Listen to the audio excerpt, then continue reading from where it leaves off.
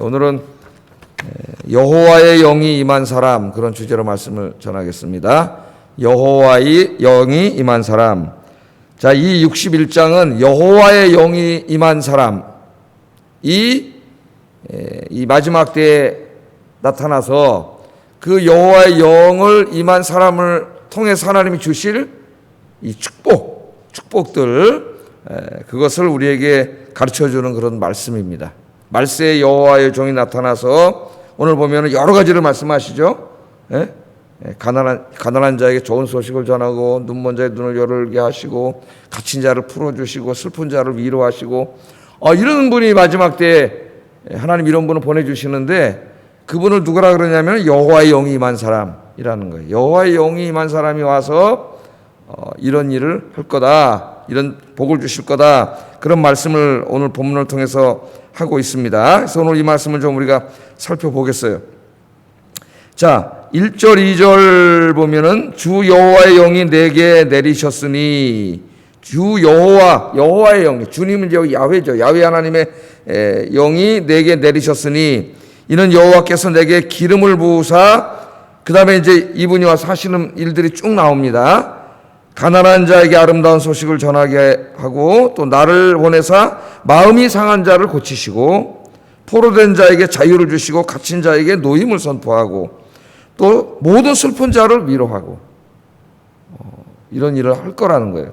그러면 이 말씀에서 제일 중요한 게 누구예요? 여호와의 영이 임한 사람이 누구냐 이거죠. 여호와의 영이 임한 사람. 자, 여러 가지 해석을 할 수 있겠습니다만은 이 해석에는 더 이상 논란의 여지가 없습니다. 여러분 많이 어디 이렇게 들어보시던 말씀이죠. 이 말씀을 누가 하셨어요?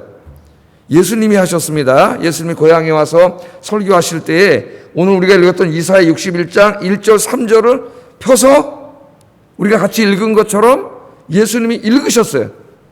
읽으시고 그 다음에 뭐라고 말씀하셨냐면은 이 말씀에 예언되고 약속된 일이 지금 이루어졌다, 그렇게 말씀했습니다. 이루어졌다, 그렇게 말씀을 하세요. 누가복음 한번 4장 18절 찾아보세요. 누가복음 4장 18절. 여기를 이렇게 접어놓고요, 표시해놓고, 누가복음 4장 18절 19절 두 절 한번 읽어보겠습니다. 시작.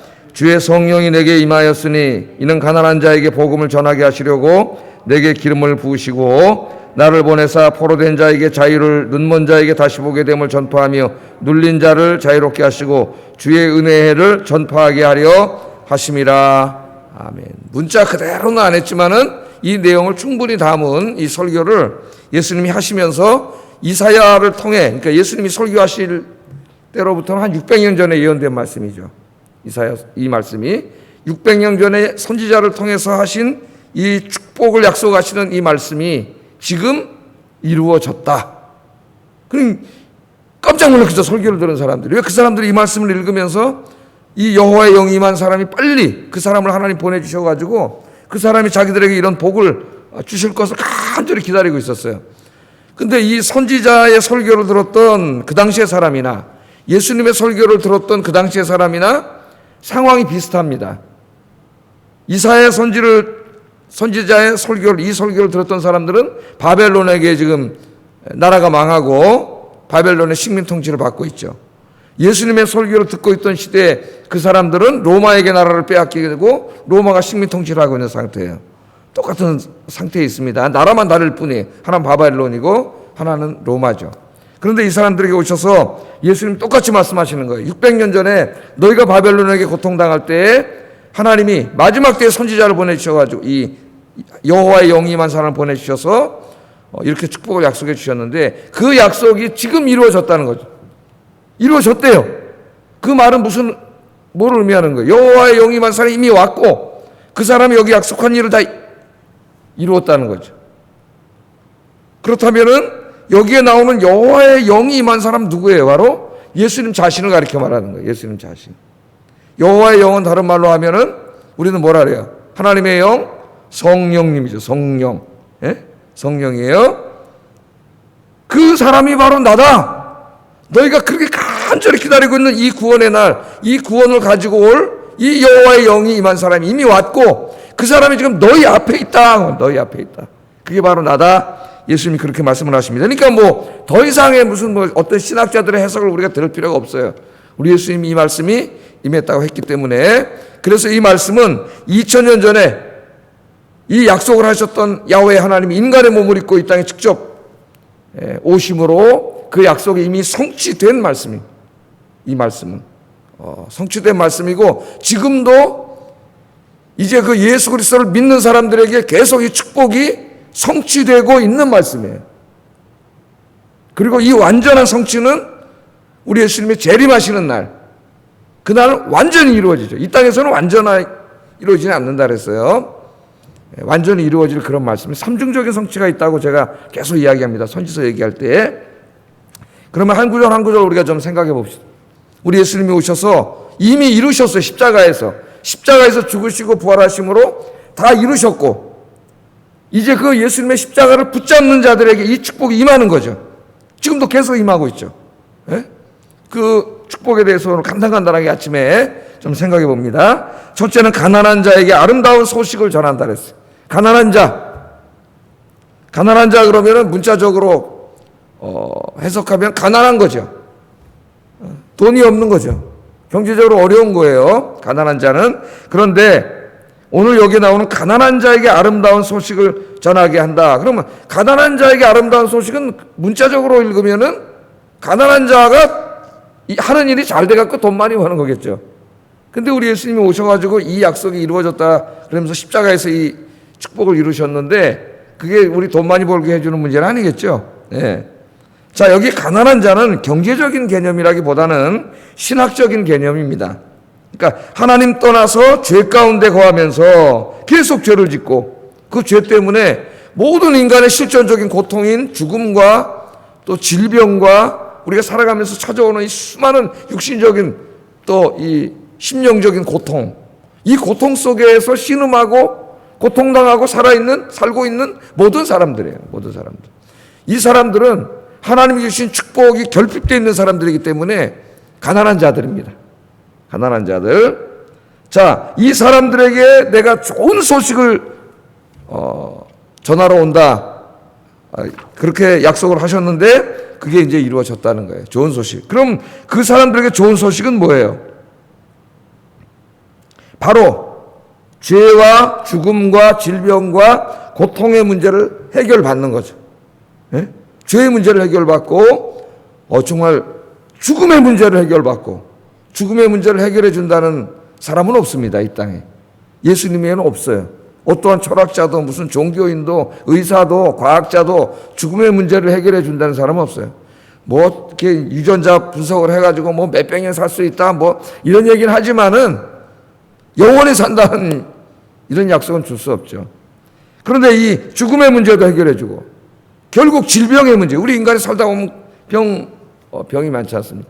그래서 앞으로 돈벌이가 제일 잘 되는 직종이 제약회사라 그래요. 제약회사. 그래서 지금 우리나라에서도 대학생 졸업생들이 제일 선호하는 회사가 제약회사입니다. 얼마 전에 돌아가신 이제 그 삼성의 이건희 회장이 그랬댔잖아요. 우리가 지금 반도체를 통해서 돈을 벌지만 앞으로는 제약회사가 최고 돈벌이가 될 거다. 근데 그게 딱 맞아 떨어지지 않습니까? 지금 인간의 수명은 90까지 늘어나고 막 전염병 같은 병도 창궐하고, 병이 늘어나면 나이 먹을수록 느는 게 약 먹는 거잖아요. 다 아마 약 한두 개는 지병으로 다 잡수고 살 거예요. 안 잡수고 사는 사람도 있지만 저도 약 먹고 산 지가 지금 얼마 되는지 죽을 때까지 약을 먹어야 돼요. 그런 가운데 있습니다. 그런데 이 질병의 문제, 또 우리가 살아가면서 기쁜 날 즐거운 날도 있지만 슬프고 고통스럽고 괴롭고 불안하고 우울하고 이런 날도 너무 많죠. 예? 이런 모든 문제를 가지고 있는 인간에게 좋은 소식을 뭐예요? 이 모든 문제로부터 해방되는 거죠. 구원을 받는 거죠.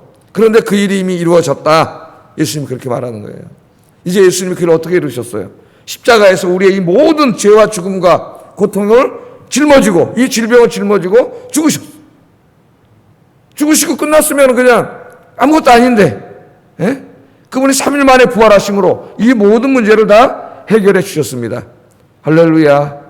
그러므로 여러분들은 이미 이 예수 그리스도를 믿고 이 모든 인간의 실존적인 고통으로부터 해방된 사람들이에요.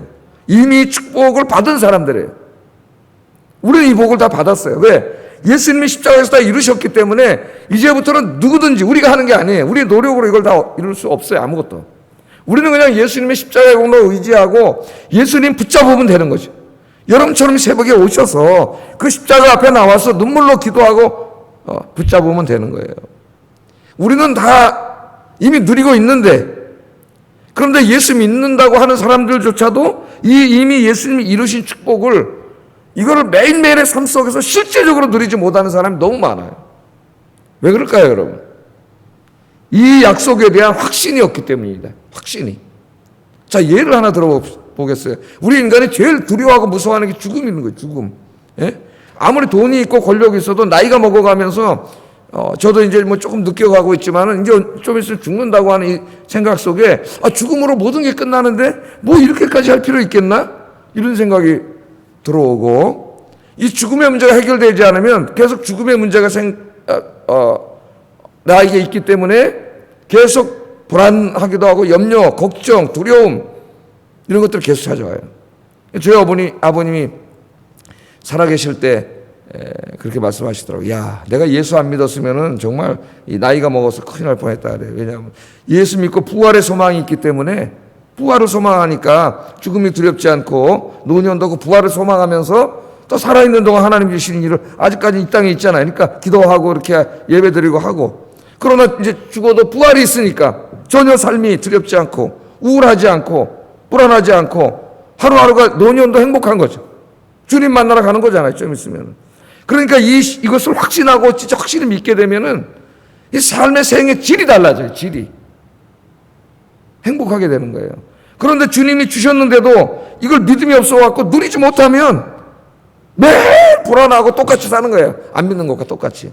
그래서 예수 믿고 구원받은 여러분들은 이미 이걸 받은 사람들이에요. 이제는 늘 기도하면서 이것을 믿음으로 누려야 됩니다. 늘 삶 속에서 경험하고 누려야 이게 진짜 이 땅에 사는 동안에 축복이 되는 거지, 믿음이 없으면 이거 하나도 누리지 못하는 것들이에요. 안 믿는 사람하고 무슨 차이가 있어요, 그러면? 고통 속에 똑같이 살아가는데. 이 믿음이 언제 생겨요? 이렇게 기도할 때 생기는 거예요. 흔들리지 않고. 구원이 완전히 이루어지지 않았고 사탄이 완전히 심판받지 않았어요. 우리의 믿음을 계속 흔들어요. 그래서 이 사탄에게 휘둘리지 않으려면 늘 기도, 말씀 묵상과 기도가 있어야 됩니다. 그러면은 우리가 승리할 수가 있어요. 여러분 늘 기도하셔서 주님이 이미 주신 이 모든 복을 여러분 이 기쁜 소식을 누리시는 여러분 되길 주의 이름으로 축복합니다. 누려야 축복이에요. 누려야. 다 주님이 이루고 있는데 다 이거 맛있는 거 갖다 이렇게 주시는데 안 먹으면은 못 누리는 거예요. 그냥 배고픈 거예요. 영적으로 맨날. 이걸 받아서 마셔야 누리는 거예요. 예? 그게 이렇게 와서 예배 시간에 와서 예배 드리고 기도하고 찬송 부르고 말씀 읽고 그게 누리는 거예요. 그러면 행복해져요. 돈이 행복을 주는 게 아닙니다. 우리가 기쁜 소식은 돈 많이 벌고 물론 뭐 돈 필요하면 하나님 주세요. 그것도 기도하세요. 물질도 위해서 기도하고 다 기도하는데 제일 중요한 건 바로 이거, 이 기쁜 소식, 구원의 기쁜 소식. 내가 구원받고 부활해서 영생을 누리고 하나님 나라를 축복으로 받을 사람이라고 하는 이 기쁜 소식이 확 믿어지고 이게 나의 삶에 완전히 그냥 체질화되는 거예요. 예? 매일매일 눈 뜨면 그 소망이 있는 거죠. 그럼 그 사람 생이 어떻게 될까요? 하루하루가 행복해요. 여러분들 되길 주의 이름으로 축복합니다. 두 번째는 조금 같은 맥락이지만 조금 다른 각도에서 또 이야기를 합니다. 포로된 자에게 자유를, 갇힌 자에게 노임을 선포한다. 그렇게 말씀하세요. 이 말씀도 예수님이 이미 십자가에서 다 이루신 말씀입니다. 그리고 우리 예수 믿기 때문에 우리에게는 이미 얻어진 축복이에요. 포로된 자, 이사야의 문맥에서 읽으면 바벨론에게 나라를 빼앗기고 끌려가서 포로로 살고 있는 그 사람들을 말하는 거죠. 그 시대의 문맥에서 읽으면. 예? 그런데 이스라엘 사람들의 바벨론의 포로가 왜 됐어요? 정치 잘못해서 됐습니까? 군대가 약해서 포로가 됐나요? 아니라 그랬죠. 예수님이 가르쳐줬죠. 하나님이 가르쳐줬잖아요. 이미. 뭐 때문에 그랬다 그랬어요? 너희의 죄 때문이라고 가르쳐줬잖아요. 죄 때문이라고. 죄가 다 이렇게 너희를 망하겠다고 가르쳐주지 않습니까? 그래서 여기에 이 포로된 자, 갇힌 자라는 말도 이게 신학적인 의미를 가져요. 예수님이 이 말씀이 이루어졌다 그랬잖아요. 근데 여전히 뭐가 이루어졌어? 로마에 포로가 돼 있는데, 그 설교를 할 때도 포로가 돼 있고, 예수님 돌아가신 다음에도 로마의 식민지였는데 뭐가 그게 이루어졌어요? 그러니까 정치적인 의미가 아니라는 걸 금방 알 수가 있죠. 여기에 포로된 자, 갇힌 자는 죄에게 포로가 된 자는 말입니다. 죄에게 포로가 된 자. 이 죄라는 것은 신약 성경에서는 항상 인격적인 개념이에요. 내가 어떤 하나의 행동을 어긴 것도 죄라 그러지만, 하나님 말씀을 어겼을 때 그건 내 죄졌어 그러지만, 그런 죄가 아니라 더 그 죄를 짓게 하는 근본적인 인격적인 세력, 어둠의 세력, 누구예요? 사탄이죠, 사탄. 그러니까 하나님 떠난 인간은 모두가 이 어둠의 세력, 죄의 세력, 죽음의 세력의 최고 자리에 차지하고 있는 이 마귀, 사탄의 포로하에 있는 거예요. 사탄에 갇혀 있는 거예요. 그런데 어리석게도 인간이 18세기에 계몽주의 운동을 하면서 자기들은 자유인이라고 선포했어요. 우리는 그 누구에게도, 어떤 신에게도 예속되지 않았다. 신이 어디냐? 우리 인간은 만물의 영장이고, 우리 인간은 이성을 가진 위대한 인간이, 우리 인간 스스로가 어떤 신에게도 의지하지 않고 우리 스스로의 힘으로 얼마든지 천국을 만들어서 살 수 있다. 그 계몽주의자들의 교만한 선언이죠. 얼마나 어리석은 자예요. 자기들은 인간을 자율적인 이성을 가진 인간이라 그랬습니다. 그게 벌써 마귀의 속임에 넘어간 거예요. 인간은 자율적인 인간이 아니에요. 우리 스스로가 판단하고 결정하는 것 같죠? 처음만의 말씀입니다. 내가 생각하고 결정하는 그 과정 속에 어둠의 권세가 역사하고 있어요. 내가 결정하는 게 아니에요. 물론 내가 결정하는 것 같아. 그럼 내가 결정하도록 내 마음을 움직이는 어둠의 세력이 있다는 걸 몰라, 이 사람들이. 그 어둠의 세력이 누구예요? 늘 내 안에 거하면서, 하나님 떠난 인간 속에 거하면서 죄짓게 해서 결국 파멸시켜서 죽음의 길로 끌고 가고 있는 권세자, 사탄이에요. 사탄은 자기의 모습을 감추고 보여주지 않습니다. 그렇게 함으로 많은 사람들이, 야, 사탄이 어딨냐? 21세기에 지금 사탄이 어딨어? 지금도 그런 소리 하세요? 그렇게 자기의 존재를 믿지 못하도록 만드는 데 성공했습니다. 그래서 보이지 않는 곳에 숨어서 모든 인간을 자기 뜻대로 움직이는 거예요. 죄 짓게 하고, 막 전쟁 일어나게 하고, 살인 일어나게 하고, 온갖 죄를 짓게 하는 거죠. 그런데 우리 예수님이 2000년 전에 십자가에서 죽으시고 부활하심으로 사탄의 권세를 멸하셨습니다. 할렐루야. 물론 완전히 멸하지는 않으셨어요. 완전히 멸망, 무저갱에 완전히 가두는 때는 언제예요? 예수님 재림하실 때는 완전히 이제 묶어서 무저갱에 쳐놓습니다. 사탄과 함께 죄진 사람들, 타락한 천사들, 사탄 모두를 무저갱에 넣고 영원히 거기서 나오지 못하게 한다 그랬죠. 아직 그 형벌을 받지 않았어요. 그래서 2000년 전에 주님이 십자가에 죽으시고 부활하실 때 머리통을 한 대 얻어맞았다, 상징적으로. 그래서 그 힘이 약화됐지만 여전히 활동하고 있고 우리 인간의 힘으로는 감당할 수 없는 존재입니다. 아직도. 이 사탄이요. 그런데 여러분들은 이미 예수 믿고 사탄의 권세로부터 해방된 사람이에요.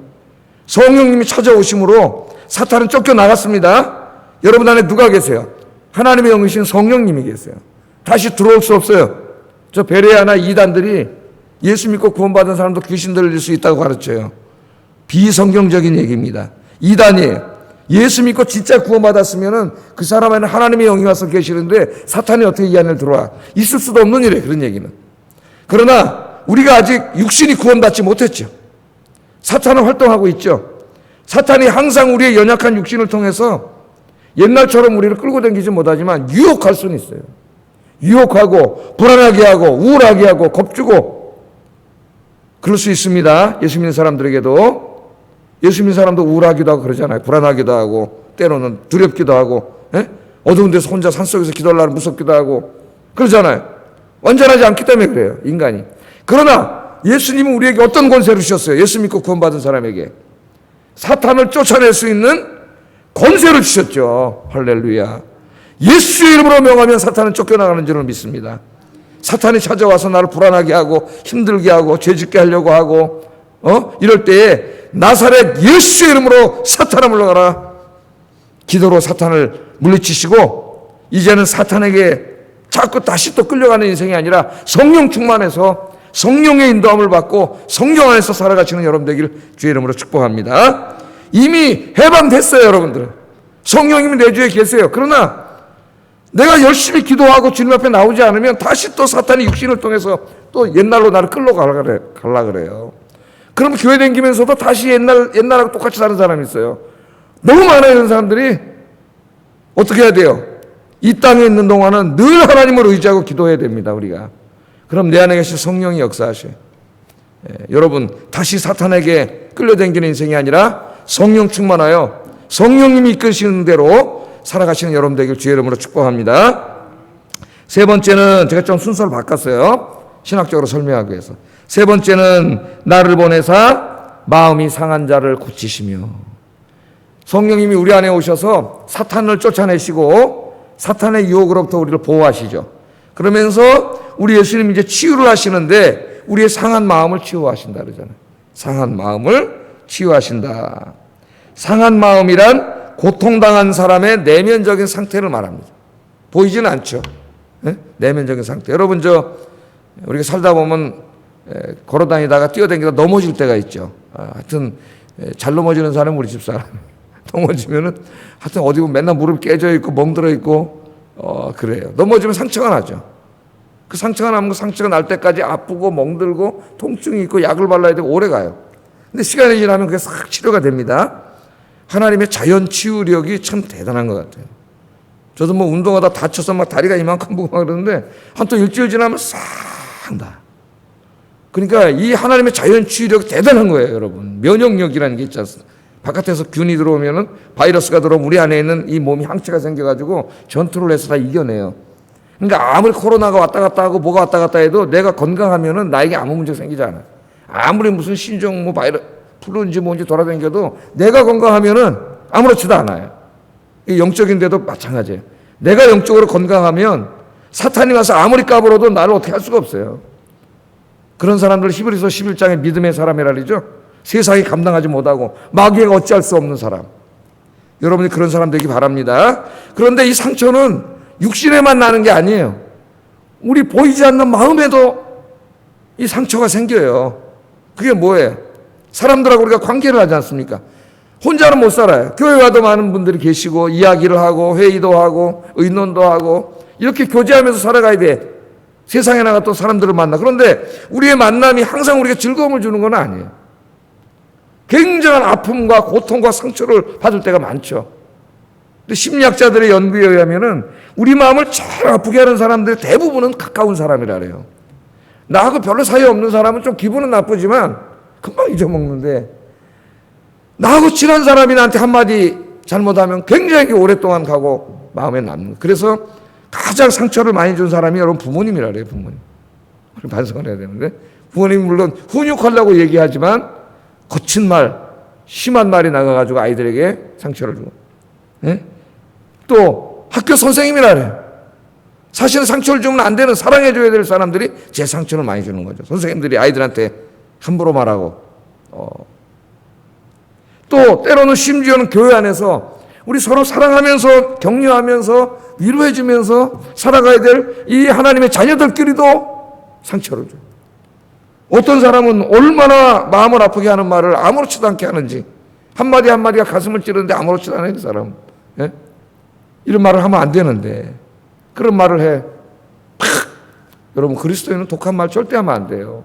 요새 애들이 무슨 돌직구를 날린다 사이다 발언이다 그러는데 그걸 돌직구로 남이 맞을 때는 좋아할지요. 여러분이 자기가 한 대 맞아보세요. 이 돌직구로 한 대 빡 맞아보세요. 자기가 어떻게 되나. 예? 그래서 무슨 사이다니 돌직구니 이런 말은 기독교하고는 맞지 않아요. 우리는 그런 말을 하면 안 돼요. 근데 그런 말을 너무 쉽게 막 하는 사람들이 있어요. 그 당하는 사람이 얼마나 아프겠어요. 그럼 우리 마음에 상처가 생겨. 예? 여기에 있는 분들이 다 이유는 다르겠지만은 아마 한두 가지 마음에 아픈 상처가 다 있을 거예요. 누구나. 그거 없는 사람은 없습니다. 우리 마음속에. 이게 해결되지 않아요. 그런데 우리 예수님이 찾아오시면 그 상처를 만져주세요. 의사가 우리 이런 데 막 찢어주면 꼬매주고 약 발라줘서 낫게 하는 것처럼 우리 예수님이 상처받은 마음을 다 감싸주신다 그랬어요. 예를 들면 요한복음 4장에 나오는 사마리아 여인 같은 여자 인생이 다 무너지고 불행하게 살다가 한번 행복해져야지 행복해지는 수단을 남편에다가 의지하고 결혼을 6번 5번째 남편하고 이혼하고 6번째까지 살 정도로 몸부림쳤지만 행복하지 못한 사람. 그 마음의 상처 때문에 낮에 나와서 사람들하고 얘기도 할 수 없어요. 12시 아무도 없을 때 나와가지고 낮 12시 얼른 우물퍼가는 그런 여자였는데 그 우물가에 예수님 찾아오셔서 그 상처받은 여인의 마음을 만져주셨습니다. 할렐루야. 주님 만나니까요 다 치유되는 거예요. 그래서 사람 만나는데 두려웠던 그 사람이 너무 좋아가지고 마을로 뛰어들어가서 물동이를 집어던지고 뛰어들어가서 내가 예수님을 만났다, 메시아를 만났다 선포하고 다 치유돼서 상처가 다 났잖아요. 여러분, 주님 의지하고 기도하십시오. 우리가 구원이 다 이루어지지 않았기 때문에 이 땅에 사는 동안도 계속 상처를 받을 수밖에 없습니다. 우리가 어떻게 치유할 수가 없어요. 물론 뭐 정신과 의사 찾아갈 수도 있고 심리학자 찾아가도 뭐 좀 치료가 됩니다. 필요하면 찾아가야 되겠죠. 그러나 궁극적으로 우리를 치료하시는 분은 하나님인 줄로 믿습니다. 하나님 옆에 나 무릎 꿇고 기도하면 주님이 만져주셔야 이 상처가 다 나요. 오늘 아침에 기도하셔서 여러분의 아픈 상처를 우리 주님이 다 만져주실 줄로 믿습니다. 그러면 용서가 되고요, 마음 평안이 찾아와요. 이건 우리가 할 수 있는 게 아니에요. 마지막으로 슬픈 자, 근심하는 자를 위로하신다, 그런 약속을 주셨어요. 2절 하반절부터 3절 상반절 보면 슬픈 자를 위로하되 무릇 시온에서 슬퍼하는 자에게 화관을 주어 그 죄를 대신하며 기쁨의 기쁨으로 그 슬픔을 대신하며 찬송의 옷으로 그 근심을 대신하시고. 여러분은 슬픔이 있잖아요. 우리 살아가는데 슬픔과 근심이 누구에게나 있습니다. 이 안에 어쩌면 상처, 그 다음에 슬픔, 근심이라고 하는 세 단어 속에 우리 인생의 모든 고통이 다 들어가 있는지 모르겠어요. 여기. 그런데 우리의 슬픔의 눈물을 닦아주시고 우리를 기쁨이 넘치게 하시는 분이 계십니다. 누구예요? 우리 예수님이 이미 십자가에서 2000년 전에 다 이루셨어요. 우리는 그 십자가를 붙잡기만 하면 돼요. 그러면 하나님의 기쁨, 하늘의 기쁨이 우리에게 찾아오면 슬픔과 근심이 물러가요. 슬픔이 물러가고 하늘의 기쁨이 찾아와야 우울증이 치료받아요, 여러분. 특별히 가을에 우울감이 엄청납니다, 사람들. 이 코로나 바이러스 속에서 우울감 때문에 고통당하는 사람이 너무나 많아요. 어제도 우리가 장례식 갔다 왔지만은 여기 서울에서 돌아가셨는데 그럼 당연히 여기 벽제에 가서 하셔야 되는데 조금 이렇게 붐비면은 인천에 가서 하셔야 되는, 화장장이 다 모자라 강릉까지 가서 화장을 해야 된대요. 강릉에 가서 화장을 하고 다시 포천으로 또 와야 된다는 거예요. 그게 뭘 말하는 거예요? 요즘 돌아가시는 분이 엄청나게 많아졌다는 거예요. 그게 딱 느껴지잖아요, 우리가. 예? 우울감과 고립감, 우울감, 또 연세가 들어가면서 혼자 사는 분들이 굉장히 많아요. 지금 서울시에 뭐 30%가 혼자 사신다네. 우리도 여기 아파트 지는데 한 700세대 정도가 뭐 12평, 15, 이런 아파트예요. 혼자 사는 아파트. 그러니까 여기도 지금 혼자 사는 사람이 상당히 많이 온다는 거예요. 우리가 앞으로 전도에 대한 대상이 가족이라기보다는 절반 이상 혼자 사는 사람일 수 있다는 생각이 들어요. 목회 방향도 앞으로는 이거 바꿔야 되겠구나. 엄마 아버지가 있고 자녀가 둘 있고, 물론 이런 분들도 오겠지만은 또 상당수의 사람들은 아니라 혼자 사는 분들이 많아져. 슬픔과 근심이 있고 우울감이 찾아오고 힘든데 우리 주님 십자가 붙잡으면 놀라웠게도 기쁨을 주셔가지고 이 모든 것들이 싹 사라져. 눈을 뜨면 오늘 또 어떻게 하루를 알지, 이게 아니라 아침에 눈을 뜨는데 기쁘고 행복하고 주님 감사합니다. 오늘 너의 생명을 연장시켜 주셔서 감사합니다. 하나님이 지으신 아름다운 세계를 바라보고 이 신선한 공기를 호흡하고 또 오늘도 기도하고 전도하고 예배드리고 할렐루야.